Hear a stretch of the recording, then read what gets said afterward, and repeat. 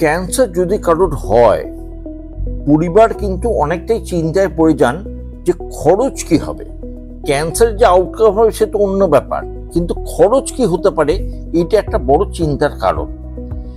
এই ব্যাপারে আপনাদের বলতে পারি, যদি কোনো স্কিম থাকে সেটা আপনি অ্যাভেল করবেন, বা কোনো ইন্স্যুরেন্স থাকলে অ্যাভেল করবেন, বা যদি শুধু ক্যাশে ট্রিটমেন্ট করাতে হয় আপনি কিন্তু আপনার ডাক্তার কাছে জানবেন যে অ্যাপ্রক্সিমেট কি খরচ হতে পারে, কারণ কি ধরনের ট্রিটমেন্ট লাগবে, শুধু অপারেশন লাগবে, রেডিয়েশন কেমো লাগবে, এক্স্যাক্টলি একটা প্ল্যানিং করতে হবে।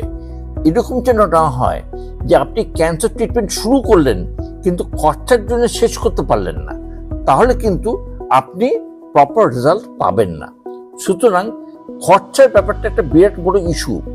সেইটুকুই করবেন যেটুকু আপনি পারবেন, এবং যদি কোনো আপনার ব্যবস্থা থাকে, কোনো স্কিম বা ইন্স্যুরেন্স, সেটা কিন্তু আপনি অবশ্যই অ্যাভেল করবেন। আপনারা সবাই ভালো থাকবেন। নমস্কার।